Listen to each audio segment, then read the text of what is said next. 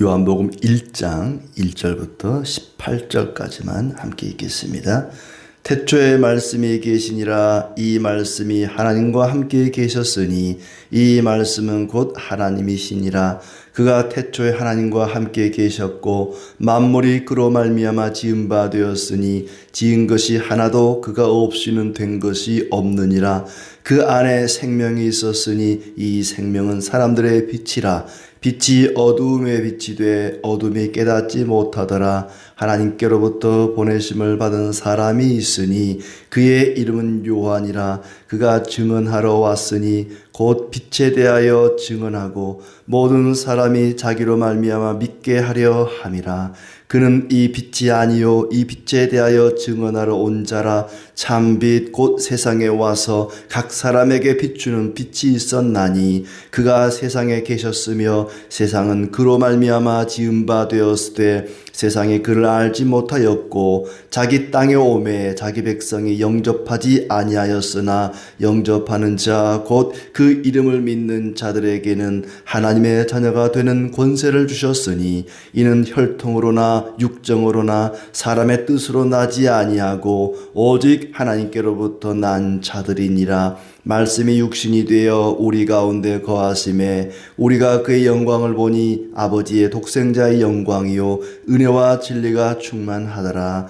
요한이 그에 대하여 증언하여 외쳐 이르되 내가 전에 말하기를 내 뒤에 오시는 이가 나보다 앞선 것은 나보다 먼저 계심이라 한 것이 이 사람을 가리킴이라 하니라. 우리가 다 그의 충만한 데서 받으니 은혜 위에 은혜르라. 율법은 모세로 말미암아 주어진 것이요 은혜와 진리는 예수 그리스도로 말미암아 온 것이라. 본래 하나님을 본 사람이 없으되 아버지 품속에 있는 독생하신 하나님이 나타내셨느니라. 아멘. 반갑습니다. 오늘도 주님의 은혜가 가득하기를 진심으로 축복합니다. 예수님의 12제자 가운데 맨 막내였던 사도 요한, 그 요한에 의해서 쓰여진 이 요한복음, 또 요한 1서, 2서, 3서, 요한계시록까지 있죠. 요한복음은 왜 기록됐는가?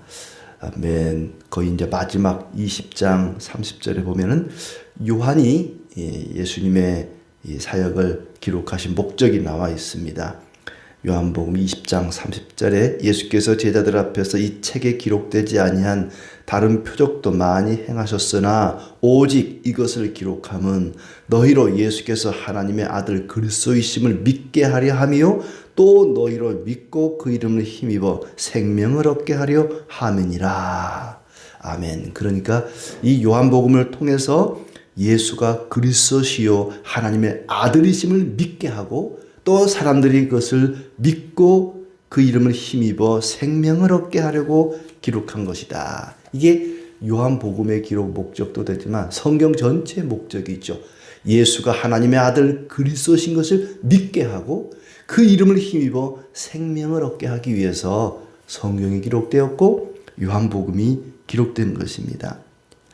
자, 오늘 이제 1장 1절부터 18절은 전체 요한복음의 서론이라고 할 수가 있을 텐데 예수께서 하나님의 아들, 그분이 곧 하나님이시다. 그분이 곧 하나님이시고 사람들이 그분을 어떻게 대했는지에 대해서 이야기하고 있습니다. 그리고 19절부터 마지막 절까지는 이제 사도 요한이 아니라 세례 요한에 의해서 예수가 하나님의 아들이고 그리스도다 하는 것을 증언하고 있고 또 예수님의 제자들을 통해서 안드레, 시몬, 또 빌립, 나다나엘 이런 사람들을 통해서 예수님이 하나님의 아들 그리스도다 하는 것을 증언하고 있습니다. 1절부터 18절까지 보면은 말씀이 육신이 되어 우리 가운데 거하신다. 예수님은 말씀이시다. 예수님이 말씀이시다. 그분은 태초부터 계셨던 분이고 그분이 우리와 같은 육체가 되어 우리 가운데 거하게 되었다. 예수님이 이 땅에 나게 되신 것을 이 한마디로 압축을 한 것이죠. 그러니까 사도 요한의 눈은 단순히 자신이 태어나서 죽을 때까지에 머물러 있지 않고 이미 창세 전에 태초에 태초부터 요한계시록은 이 세상 종말까지, 태초부터 종말까지를 보고 있는 그런 아주 사도 요한의 시야가 굉장히 넓습니다. 우리의 눈도 마찬가지로 그렇게 시야를 좀 넓힐 필요가 있습니다. 단순히 내가 태어나서 죽을 때까지만 보는 것이 아니라 태초부터 종말까지 계시는 그리스도, 그분을 볼 수 있는 눈이 사도 요한에게 있었던 것이죠. 자, 그분이 말씀이 육신이 되어서 우리 가운데 거하신다. 그분은 태초에 계신 말씀이고 그 말씀이 육신이 되신 것이다. 그분은 하나님과 함께 계셨을 뿐만 아니라 그분이 바로 하나님이다. 하나님이 태초에 세상을 창조하실 때에 예수님도 그리스도께서도 그때 함께 계셨다. 함께 계셨던 그분이 이제 우리와 같은 육신이 되어 우리 가운데 거하게 된 것이다. 만물이 그로 말미암아 지은 바 되었다. 그분이 창조자라는 얘기입니다. 만물이 그로 말미암아 지은 바 되었다. 그 안에 생명이 있어 빛이 어둠에 빛이 돼 깨닫지 못했다. 그분은 생명이고 빛이다. 바로 그분이 하나님이시고 만물의 창조자이신데 이제 새로운 창조를 위해서 이 땅에 오셨다는 겁니다.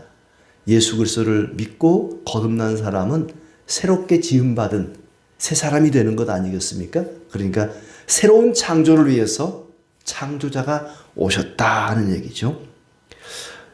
요한은 빛에 대해 증언하고 믿게 하려고 하나님께로부터 보내심을 받았다. 이 요한은 이제 세례 요한이죠. 사도 요한, 세례 요한 이름이 같습니다.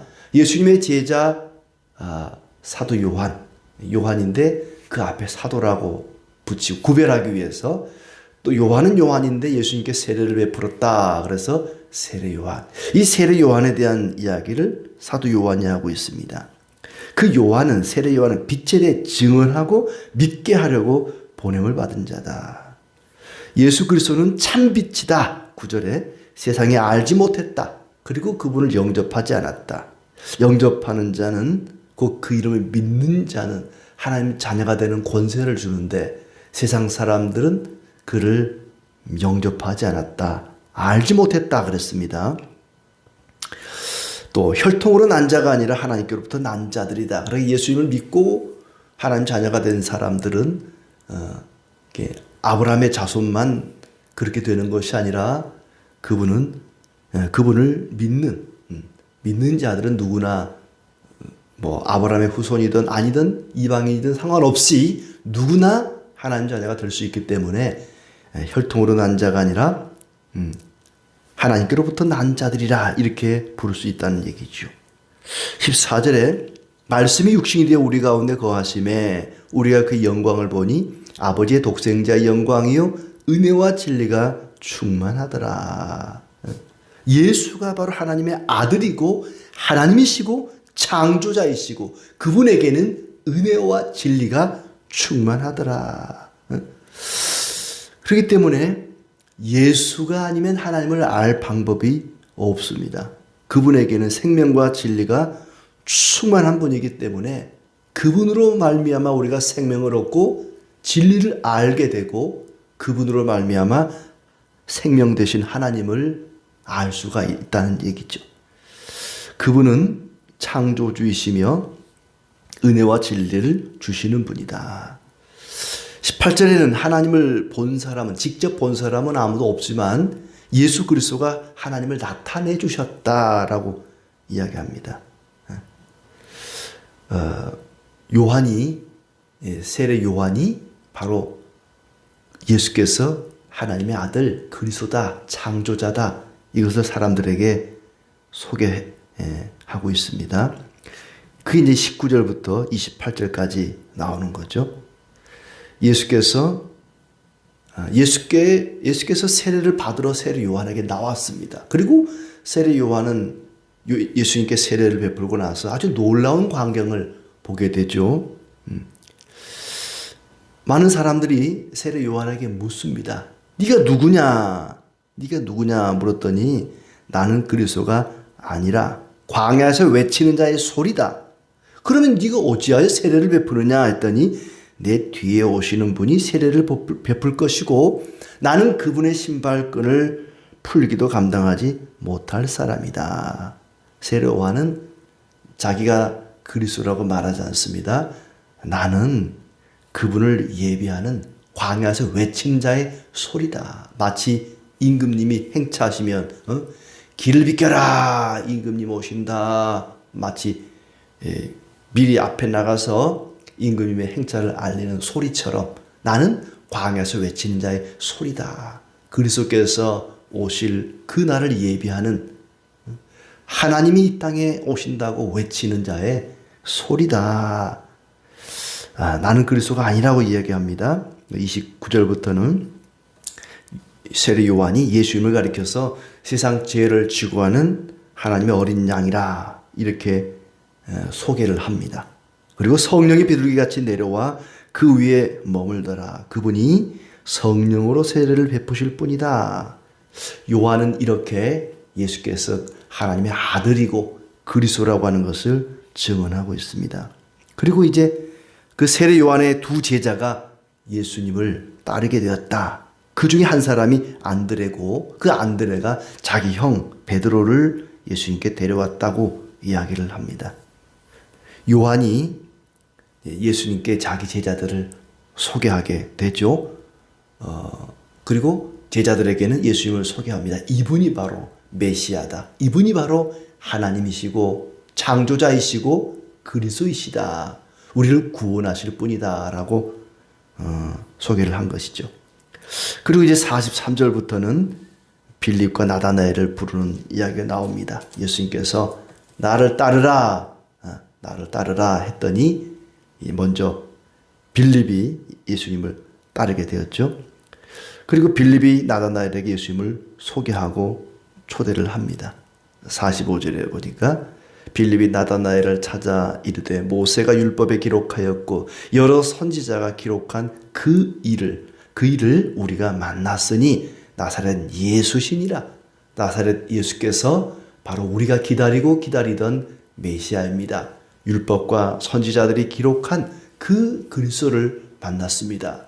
우리 같이 그분을 따릅시다 라고 나다나엘을 예수님께 초대하게 됩니다. 와서 보라 말하죠. 와서 보라, 와 보라, 전도하는 것입니다. 그리고 이제 예수님께서는 그 나다나엘을 칭찬합니다. 47절에 보니까 예수께서 나다나엘이 자기에게 오는 것을 보시고 그를 가리켜 이르시되 보라, 이는 참으로 이스라엘 사람이라 그 속에 간사한 것이 없도다. 나다나엘 속에 거짓이 없음을 보셨다. 간사한 것이 없다 하면서 나다나엘을 칭찬합니다. 이 사람이야말로 참된 이스라엘 사람이구나 하고 칭찬하는 거죠. 자, 이렇게 예수님께서 하나님의 아들 그리스도이신 것을 세례 요한이 증언하고 또 예수님의 제자들이 증언하고 예수께서 사랑하시던 제자 가장 막내였던 요한복음에는 사랑받는 제자라고 표현된 그 사도 요한을 통해서 이렇게 전체적으로 예수님이 하나님의 아들 그리스도라는 것을 증언하고 있습니다. 그리고 사람들이 그분을 믿고 그분으로 말미암아 힘을 얻고 생명을 얻기를 바라는 마음으로 요한복음을 기록하게 된 것이죠. 요한복음만큼 예수님이 하나님의 아들이라는 것을 확실하게 증언하는 책이 없습니다. 예수님은 바로 하나님이시다. 이것을 확실하게 이야기하고 있는 것이니까 이 요한복음을 다 읽고 나면은 우리는 바로 예수가 그리스도시고 하나님의 아들인 것을 확신해야 할 것입니다. 예수님께서 최후의 만찬 때에 제자들에게 사랑에 대해서 굉장히 강조를 합니다. 장차 그리스도 위에 세워질 교회 공동체가 갖춰야 할 덕목, 바로 사랑이죠. 사랑. 이 사랑을 갖춰야 된다. 그가 우리를 이렇게 사랑하셨으니 우리도 사랑해야 된다. 그분의 사랑을 받은 자들은 마땅히 서로 사랑해야 한다 하는 것을 가장 사랑을 많이 받았던 사도 요한이 강조하고 있습니다. 우리를 죄와 사망에서 건져서 생명을 주실 분이시요, 그분이 바로 하나님이시요 창조주이시다. 그분이 이렇게 우리를 사랑하셨으니 우리도 서로 사랑하는 것이 마땅하도다 하는 것을 요한복음 요한 1, 2, 3서에 강조하고 있죠. 그분은 우리를 구원하실 분이시다. 우리에게 그 사랑을 보여주실 뿐만 아니라 또 우리가 그분을 믿고 의지하고 따르라고 말씀하십니다. 다른 종교들은 훌륭한 가르침을 보여줍니다. 불교나 이슬람교나 착하게 살아라, 의롭게 살아라, 나쁜 짓 하면 안 된다, 이렇게 인생은 이렇게 살아야 행복하다, 어떻게 살아야 할 것을 가르치고 사람들은 그 가르침에 감격하고 감동하고 야, 나도 그렇게 살아야겠다라고 이야기를 합니다. 그러나 사람들에게 훌륭하게 살아라고 가르치는 것은 마치 죽어있는 시체에게 가르치는 것과 같습니다. 모든 인간은 죄와 허물로 죽은 자들입니다. 죽은 사람에게 아무리 훌륭하게 가르치라고 외쳐봐야 무슨 의미가 있겠습니까? 그러나 예수님께서는 우리에게 훌륭하게 살아라고 가르치는 것이 아니라 우리에게 생명을 주시는 분이십니다. 우리에게 생명과 진리를 주시는 분이 바로 예수님이신 것이죠. 예수님께서는 우리에게 훌륭한 교훈을 가르치는 선생님으로 온 것이 아니라 우리를 구원하기 위해서 오신 우리의 구원자이십니다. 우리에게 하나님이 오셔서 구원과 진리와 생명을 주셨습니다. 그리고 그 그리스도를 믿으라고 이야기합니다. 그분의 가르침을 따라 살기 전에 먼저 그분을 믿고 생명을 얻은 다음에 그분이 간 길을 따라 걷기를 원하십니다. 우리 주님께서는 은혜와 진리가 충만하신 분입니다. 항상 주님 앞에 나와서 은혜와 진리를 우리는 구해야 됩니다. 하나님, 오늘도 우리가 진리로 충만하게 하시고 은혜로 가득하게 하옵소서. 그리스도께는 은혜와 진리가 충만하기 때문에 언제든지 우리는 그분께 나아가 은혜와 진리를 구해야 할 것입니다. 16절에 보니까 예수님을 가리켜서 이렇게 얘기합니다.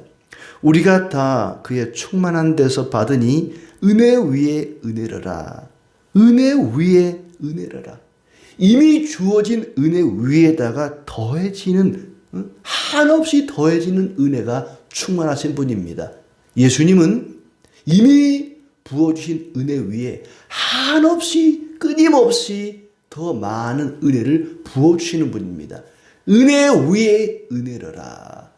은혜와 진리가 충만하신 그리스도께 나가서 오늘도 우리에게 필요한 은혜와 진리를 구하며 살아가는 우리의 삶이 되기를 진심으로 축복합니다.